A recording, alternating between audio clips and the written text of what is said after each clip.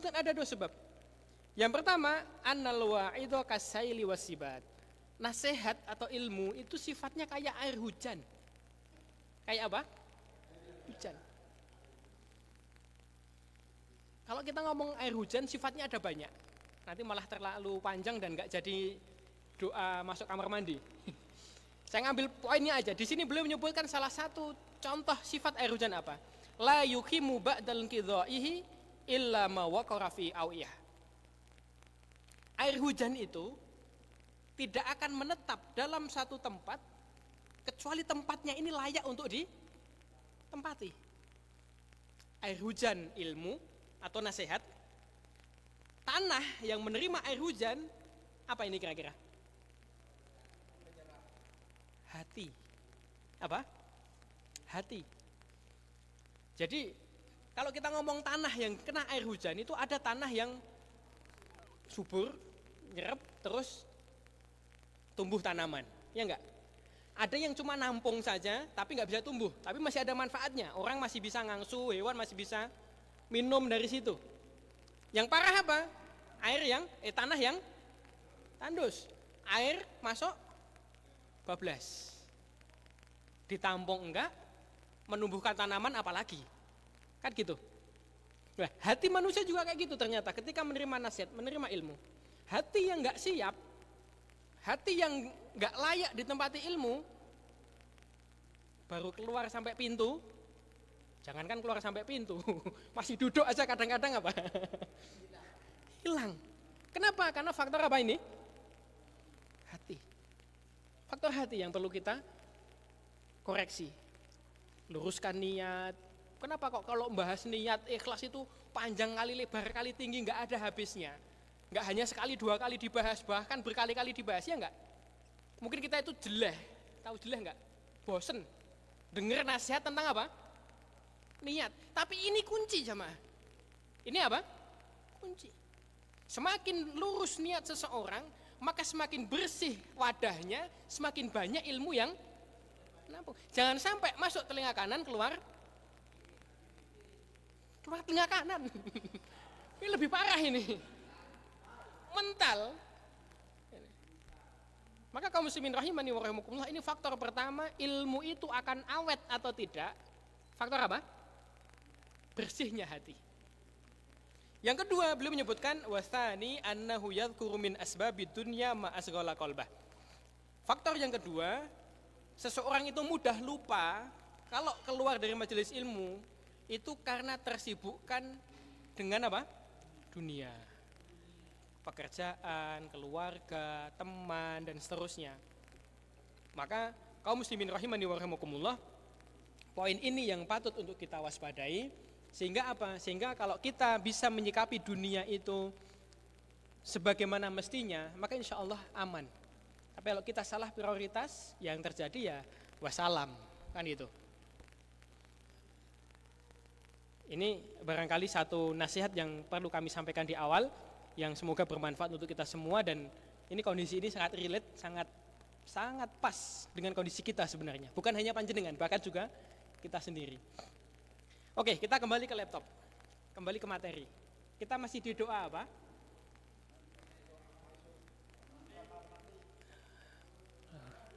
Kok jawabnya lirih ya? Jangan-jangan udah lupa ini yang kemarin dibahas. Doa masuk kamar mandi. Oke, biar semangat kita baca doanya lagi ya. Oke, kita baca dulu doanya. Saya dulu baru jenengan. Biar semangat dulu nih. Ini kayaknya perlu di-refresh ini. Masih. Oke. Bismillahi. 1, 2, 3. Kurang keras. Keras lagi. Iya, Ustaz semangat sama lemes. Allahumma inni a'udzubika minal khubusi wal khaba'ith. Waduh, semangat. Ya Allah, Bismillah dengan menyebut namamu ya Allah. Allahumma ya Allah, ini sesungguhnya aku a'udzubika mohon perlindungan kepadamu apa? Minal khubusi dari jin laki-laki wal khobais dan jin perempuan. Belum pernah ketemu, Pak? Sama, Pak. Kaum muslimin rahimani wa rahimakumullah. Kemarin telah kita bahas beberapa hal pentingnya kita baca doa ini. Dan kemarin juga sudah kita sepil, satu doa ini mungkin 2 atau 3 pertemuan. Ya kan? Kenapa? Ini doa muatannya sangat padat. Muatannya sangat apa? Padat. Banyak pelajaran yang kita ambil dari doa ini. Enggak hanya sebatas lisan yang berucap ketika masuk kamar mandi. Kalau kita ngomong adab, nanti keluar kaki apa dulu? Antum kalau masuk kamar mandi kaki apa?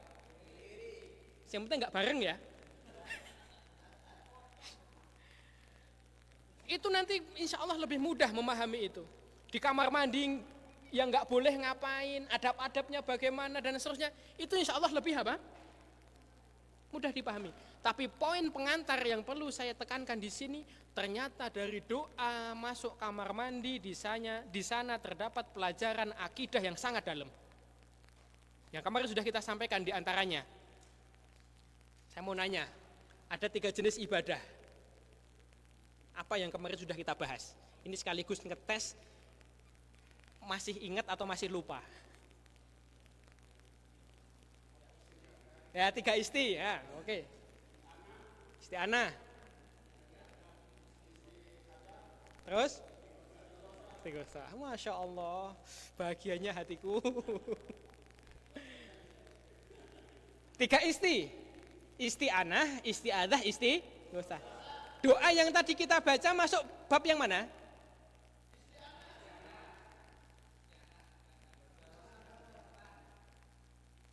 Pak, masuk yang mana? Isti'anah itu apa isti'anah? Nah, pertolongan. Terus yang isti'adah apa? Tak perlindungan. Istighosah? Minta perlindungan tapi setelah terjadi kejadian, gitu kan? Saya ulang. Wah, ini harus diulang ini. Sayangnya satu, panjenengan itu enggak nyatet itu loh. Nyatet saat lewat HP. Ya nyatet lihat HP itu, ntar ada SMS masuk, hilang buyar konsentrasinya. Ya enggak? Saya mau usul bawa kitab, bawa buku tulis. Boleh enggak? Ntar setahun sekali gitu kan. Yang catatannya paling rapi, paling bagus dapat hadiah haji. Berdoa kepada Allah, berdoa, yang ngasih hadiah Allah. Jangan minta Pak Ketua, bingung beliau nanti. Diupayakan ya, setiap kajian bawa apa? Catatan di buku, catat. Isti'anah itu kita pengen sesuatu yang bermanfaat. Sesuatu yang bermanfaat bagi kita, kita pengen dapat itu. Minta pertolongan untuk menggapai sesuatu yang kita inginkan. Ini isti'anah. Allah mengatakan iyyaka na'budu wa iyyaka nasta'in. Kita hanya isti'anah, nasta'in, minta pertolongan kepada Allah Ta'ala. Iyaka, hanya kepadamu ya Allah. Kalau isti'adah sama istighosah, ini konteksnya sama. Kita khawatir, kita benci, takut, atau berlindung dari sesuatu yang gak kita suka. Musibah, ada yang pengen dapat musibah? Halo? Gak ada yang pengen dapat musibah. Tadi saudara kita ada yang sedang diuji oleh Allah, mobilnya hilang. Kita berdoa kepada Allah, semoga Allah berikan kesabaran bagi beliau, sehingga dengan kesabaran itu beliau mendapatkan pahala, diangkat derajatnya di sisi Allah, digugurkan dosa-dosanya. Dan kita berdoa juga kepada Allah, semoga Allah berikan ganti yang lebih baik. Nah, ketika ada sesuatu yang enggak kita suka, maka kita minta perlindungan kepada siapa? Allah juga. Tapi apa bedanya isti'adah sama istighosah? Kalau isti'adah sebelum keburukan itu terjadi. Kalau sudah kejadian, istighosah. Masuk nggih di sini nggih? Berarti doa yang kita baca tadi mana? Isti'adah. Isti'adah. isti'anah, isti'adah, istighosah adalah ibadah hanya murni untuk Allah. Boleh enggak kita isti'anah, isti'adah, istighosah kepada selain Allah? Hukum asalnya enggak boleh. Ini harus dicatat dulu nih. Jangan ngomong bolehnya dulu. Ngomong apanya dulu? Enggak boleh. Harus hati-hati kita. Enggak boleh dulu. Kalau terpaksa, boleh dengan syarat. Apa syaratnya? 1, hidup. 2, mampu dulu dalam perkara yang dimampui. Yang ketiga, hadir. Hidup, mampu, hadir. Ini harus nancep pada kita. Antum mau minta tolong, yang dimintai tolong wis mati lah, dia aja nggak bisa nolong dia sendiri kok antum mau minta tolong. Ya enggak? Enggak mampu. Contoh misalnya hujan. Siapa yang berkuasa menurunkan hujan? Siapa yang berkuasa menentukan tempat di mana turunnya hujan? Siapa yang berkuasa seberapa banyak hujan itu diturunkan? Ada enggak manusia yang bisa? BMKG itu cuma prediktor, memprediksi, perkiraan, ya enggak? Teknologi bisa mendatangkan hujan itu cuma usaha. Dia enggak bisa memastikan pasti turun hujan, di mana hujan itu turun, berapa banyak hujan itu turun, bisa enggak? Enggak bisa. Itu ikhtiar, ya kan? Ikhtiar, tapi enggak bisa menentukan pasti turun atau enggak, belum tentu. Di mana akan diturunkan? Enggak ada yang tahu. Ya enggak? Seberapa banyak yang akan turun? Allah yang tahu. Lah, ada satu kasus. Halo. Ini di Indonesia lagi musim hujan.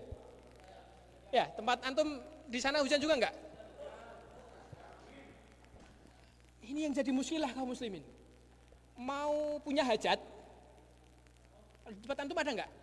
Mau punya hajat nikahan misalnya. Biar enggak hujan, ngapain? Manggil orang pinter. Kalau yang dipanggil ini BMKG, sebatas untuk tanya, prediksi, monggo lah. Oke, dia pinter, dia punya ilmu tentang itu. Tapi kalau yang ditanya ini, ya salam, pakai apa, kemudian ini berarti minta tolong, orangnya hidup yang dimintai tolong, ya enggak? Tapi dalam perkara yang tidak dimampui. Ini mutlak kudrah Allah Ta'ala. Manusia enggak mampu itu, berarti itu enggak boleh. Sampai sini bisa dipahami ya? Bisa dipahami ya ini ya? Ini. Maka kaum muslimin rahimani wa rahimakumullah, saking pentingnya pembahasan isti'anah, isti'adah, istighosah tadi itu, begitu juga dengan syarat-syarat tadi itu, hidup, terus apa tadi? Mampu, terus apa? Hadir. Maka berikutnya yang kemarin kita bahas adalah bab tamimah. Apa itu tamimah? Jimat. Ya enggak? Itu kemarin kita bahas tuh, man allaqa tamimatan faqad kafara. Nabi mengatakan barang siapa faqad asyraka, afwan. Barang siapa yang menggunakan jimat, maka sungguh dia telah berbuat kesyirikan. Dia telah berbuat apa? Kesyirikan. Ada yang pengen laris dagangannya pakai penglaris dan seterusnya. Pakai susuk, ya kan? Ditanam di mana di badan dia.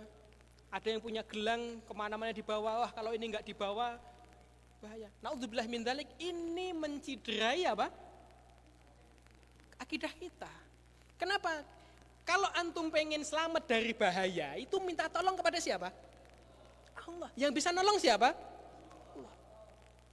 Yang bisa memberi manfaat, yang bisa memberi madarat hanya Allah Ta'ala. Ini yang perlu dicatat. Kita minta kepada Allah. Jangan tergantung meminta kepada jimat. Ini. Loh, dulu saya berangkat ke Saudi itu dikasih apa? Dikasih sangu. Dikasih bekal sama guru spiritual. Enggak boleh tinggalkan kecuali ke kamar mandi. Wah, ini sampai kayak Al-Qur'an aja ini. Kaum muslimin rahimani wa rahimakumullah. Ya, itu monggo kita mulai perlahan kita hindari hal yang seperti ini. Karena kalau kita minta tolong, minta perlindungan kepada manusia aja, kepada selain Allah saja, itu syaratnya tadi 3. Ya enggak? Lah kok ini mau kepada selain Allah, malah benda yang mereka sendiri, Allah a'lam. Ini. Nah, pembahasan berikutnya, ma'asyiral muslimin rahimani wa rahimakumullah. Dari doa apa ini? Masuk kamar mandi, ada pelajaran tentang iman kepada gaib. Iman kepada apa? Gaib.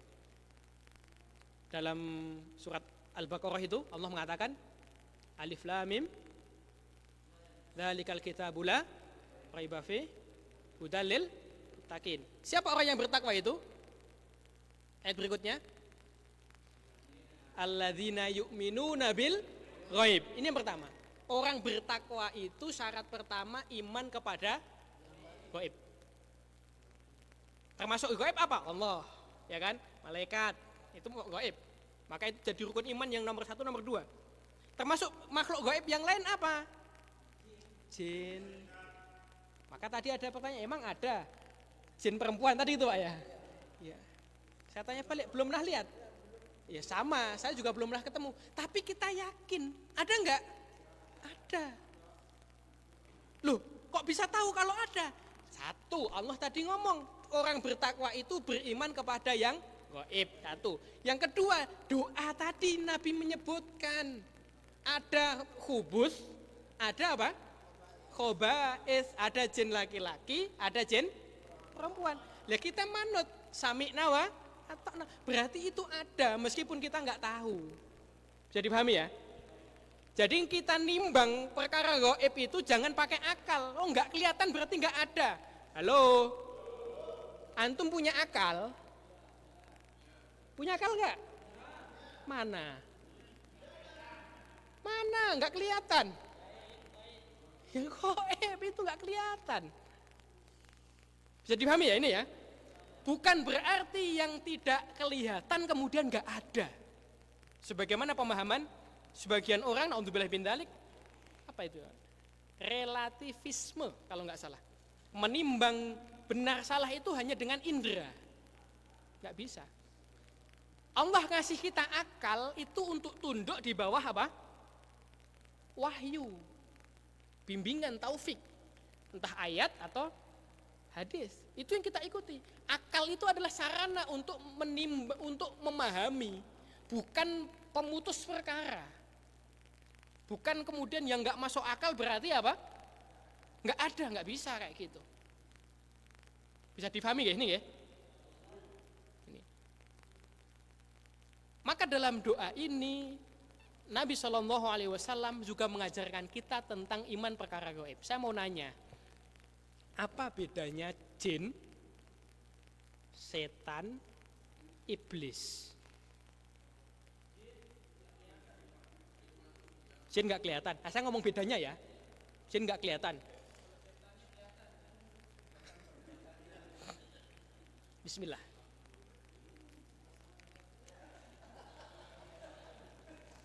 Ayo ini kita santai aja ya.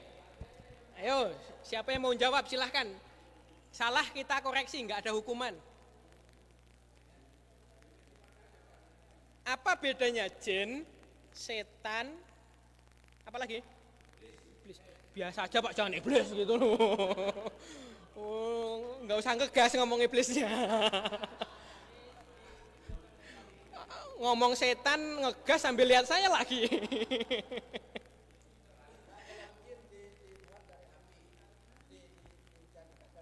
Oke. Ayo, nggak apa-apa kita ayo.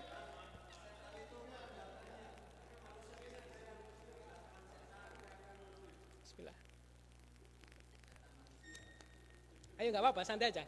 Saya juga pengen rehat.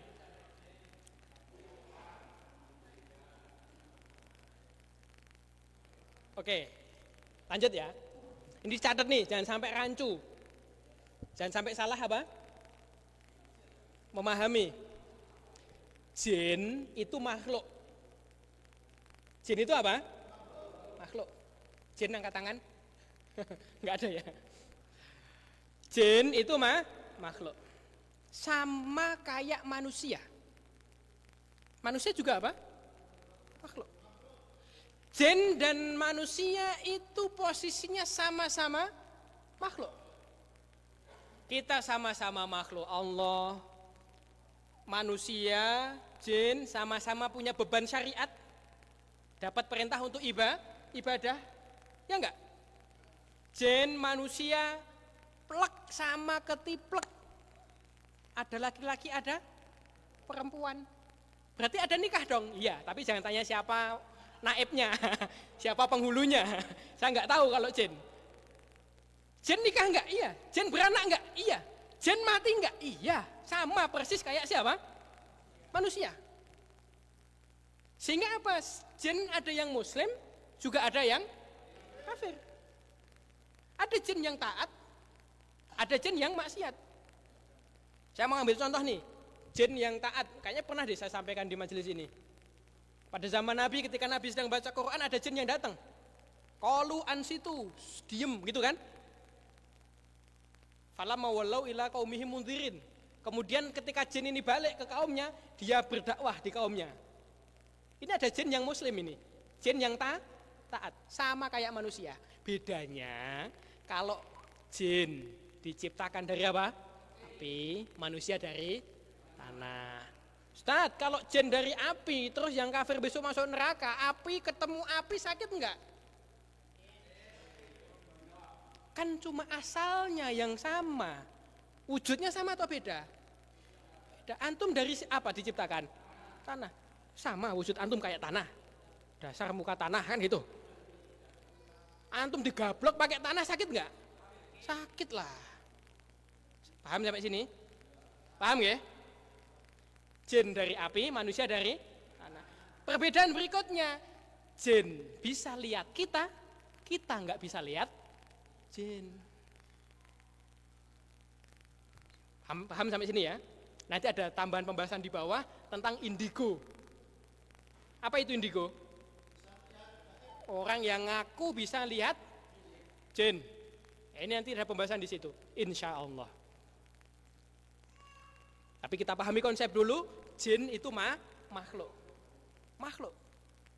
Kalau setan, para ulama ada di antara mereka yang menjelaskan setan itu sifat. Setan itu apa? Sifat. Sifat apa? Sifat keburukan. Sehingga sifat syaitoniyah, sifat setan ini itu bisa melekat pada jin, bisa melekat pada manusia. Ada jin, tadi kan kita sebutkan, jin ada yang muslim, ada yang kafir. Jin yang jahat, inilah yang sering kita dengar dengan istilah setan. Tapi setan itu sendiri, secara bahasa artinya sifat dia. Sehingga apa? Ada juga dalam ayat itu dikatakan, sifat setan yang melekat di manusia. Ya enggak? Minal jinnati wanas. Ya enggak?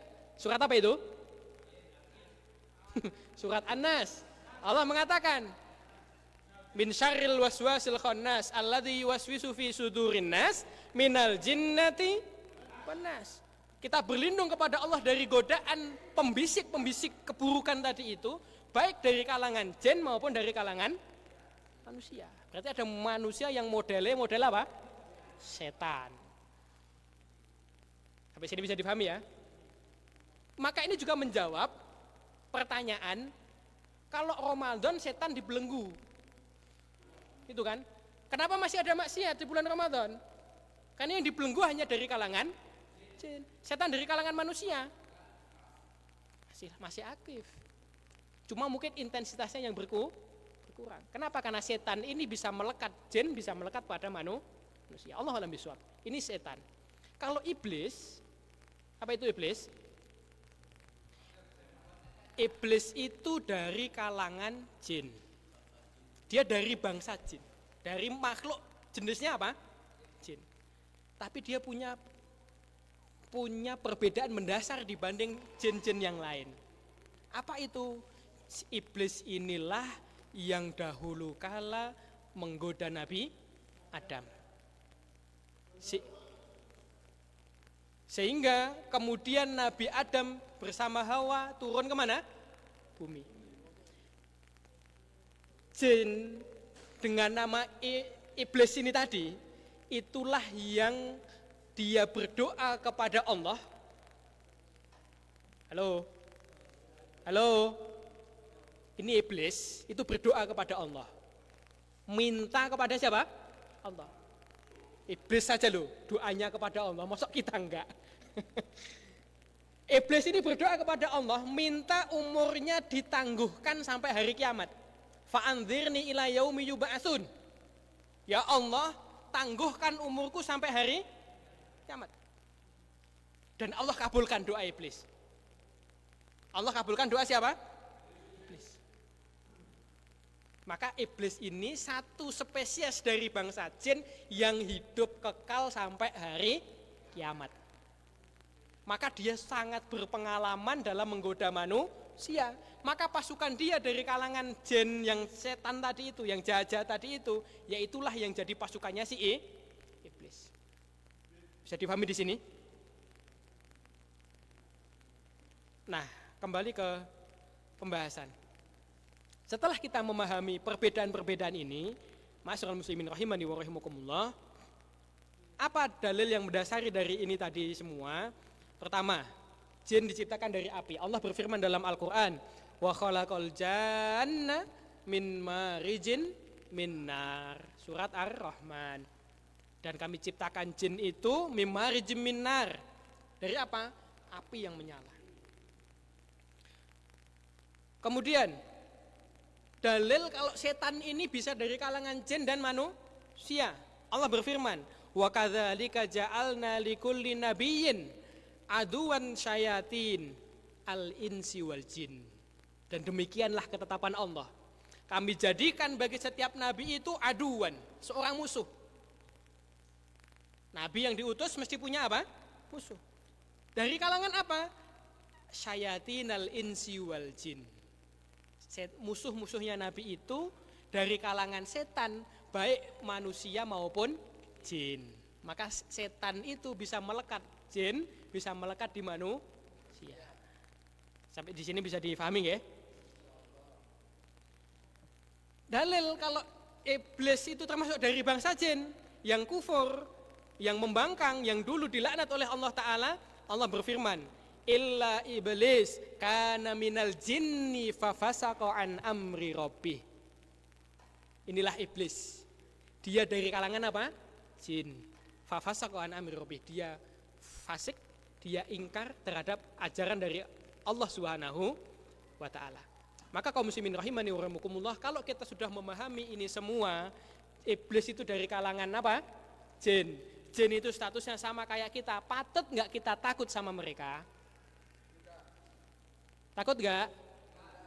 Allah mengatakan, innamadzalikumus syaitan yukhawwifu awliya'ah. Itulah setan-setan yang berusaha untuk menakut-nakuti manusia. Kamu jangan gini, kamu jangan gitu, kamu minta aja pada jimat, kamu minta pertolongan pada selain Allah. Itu ulah siapa? Jin yang menggoda manusia tadi, setan-setan yang menggoda manusia tadi. Maka kata Allah Ta'ala, fala takhafuhum wa khafuni in kuntum mu'minin. Jangan takut sama mereka, tapi takutlah kepadaku Allah Ta'ala kalau kalian benar-benar beriman. Bisa dipahami ya di sini ya? Maka kaum muslimin rahimani wa rahimakumullah, orang yang ngaji tauhid dengan benar, kalau orang Jawa mengatakan setan radoyan demit ora dulit. Setan enggak doyan. Setan tuh enggak mau deket sama dia. Demit enggak wani dulit. Enggak mau nyenggol. Kenapa? Dia minta pertolongan, udah dilindungi sama Allah Subhanahu wa taala. Maka disitulah kita minta perlindungan kepada Allah dari godaan jin, dari keburukan jin tadi itu atau setan tadi itu. Maka ada banyak doa yang termasuk doa yang kita pelajari ini berisi tentang minta perlindungan kepada Allah dari godaan setan, godaan jin. Terakhir membahas satu poin yang tadi kita sampaikan tentang indigo. Orang yang ngaku bisa melihat apa tadi? perkara gaib, setan dan seterusnya. Orang indigo itu barangkali ada di antara mereka, karena indigo itu bertingkat-tingkat. Kondisi satu orang dengan orang yang lain beda. Saya pernah dapat cerita, ini teman sendiri. Dia sampai dalam satu posisi ketika dia dapat penerawangan gitu ya, bisa melihat apa yang dilakukan orang di jarak jauh. Sekarang saya ketemu Pak Andi. Setelah ketemu ini Pak Andi nanti pergi kemana sama siapa ngapain aja, itu kelihatan sama dia. Dan dia bercerita setelah dia ngaji, kemudian dia bertobat memahami tauhid yang benar, dia memahami bahwa indigo itu bukan kelebihan. Ini perlu dicatat, karena ada orang yang bangga kalau apa? Indigo, ini linueh, punya kelebihan. Indra ke-6. Ini bukan kelebihan, ini yang dicatat dulu nih. Indigo itu bukan kelebihan. Dalam timbangan syariah, indigo itu penyakit. Bisa. Jadi indigo itu apa? Penyakit. Yang datang dari siapa? Setan-setan tadi itu. Dia berusaha untuk menunjukkan seolah-olah dia adalah orang yang berbeda dari yang lain. Seolah-olah linueh tadi itu punya kelebihan khusus. Tapi perlu kita imani, Allah sendiri yang mengatakan innahu yarakum huwa wa qabiluhu min haitsu la tarawnahum. Dialah bangsa jin. Yarakum huwa wa qabiluhu. Jin ini, bangsa jin ini bisa melihat kalian. Termasuk para kabilahnya, anak keturunan jin itu bisa lihat panjenengan. Itulah kenapa masuk kamar mandi baca doa biar mereka enggak lihat. Kan gitu toh? Dia bisa melihat kita. Tapi apa? Min haitsu la tarawnahum. Dia melihat kita dari tempat yang kita enggak bisa melihat mereka. Jadi kalau ada orang yang ngaku-ngaku bisa melihat apa? Jin, kita langsung memvonis, kita mengimani itu adalah dusta. Itu adalah keburukan. Kita nggak bisa meyakini 100%. Ada satu penelitian. Antum lihat nanti di YouTube, Allahu a'lam, saya lupa channelnya siapa. Saya pernah lihat video ini. Dia kumpulkan beberapa orang yang indigo. Yang ngaku apa? Bisa melihat yang kayak gitu tadi itu. Kemudian masuk di ruangan yang sama yang diyakini tempat ini angker. Saya nggak bilang ada yang nunggu ya. Di sini ada yang nunggu kan? Ada harisnya kan ada yang nunggu itu. Jadi diajak ke rumah kok bangunan tua atau bangunan rumah kosong yang ini oleh masyarakat dicap ini tempat yang apa? Angker. Satu orang indigo diajak masuk.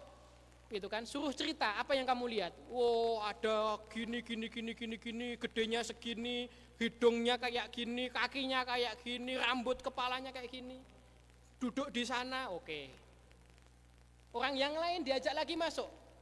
Cerita lagi, sama cerita. Tapi ceritanya beda-beda. Ceritanya beda-beda. Dan ini enggak hanya 1, 2, banyak yang diajak masuk. Monggo antum bisa cari sendiri nanti videonya kayak apa. Ini menunjukkan apa? Menunjukkan bahwasanya memang itu tipu muslihat dari setan. Karena memang hukum asalnya kita nggak bisa melihat setan. Tapi dalam kondisi tertentu, ini yang perlu kita catat, dalam kondisi tertentu bisa jadi setan yang kemudian menampakkan diri di hadapan kita, dan itu atas izin Allah Subhanahu wa ta'ala. Itu atas izin Allah Ta'ala. Maka ada kisah ketika sahabat Nabi, kalau nggak salah Abu Hurairah radhiyallahu taala anhu, diamanai oleh Rasulullah menjaga kurma sedekah, kemudian ada setan yang nyuri. Pernah dengar kisah ini ya? Berarti apa? Ini setan menampakkan diri di hadapan siapa? Manusia. Berarti di sini atas izin Allah Ta'ala. Karena nggak mungkin sesuatu terjadi di luar izin Allah. Bisa dipahami di sini? Dan perlu kita yakini, kalau setan sudah menampakkan diri atas izin siapa? Allah. Status kita sama dia kuat siapa? Kita. Buktinya apa? Abu Hurairah kelahi sama setan, menang siapa? Abu Hurairah. Sampai ditangkap berkali-kali kan? Sampai akhirnya setan berpesan tentang doa ayat kursi, ya kan? Menunjukkan apa? Kalau antum lihat setan di tengah jalan, apa yang antum lakukan? Jangan lari, pukul, lawan, kalau perlu kelahi. Cari batu kayak cari ranting kayak pukul itu. Bisa dipahami ini nggih? Maka tadi Allah mengatakan fala takhafuhum wa khafuni in kuntum mu'minin. Gimana? Lah iya tadi dilawan. Merasakan. Apa yang dirasakan? Ya, minta perlindungan kepada Allah Subhanahu wa ta'ala. Kita minta kepada Allah karena Allah yang melindungi kita. Nah. Allahu a'lam bishawab. Yaitu jin yang nakal yang merasuki manusia dan itu terjadi. Bisa jadi memang terjadi kondisi seperti itu.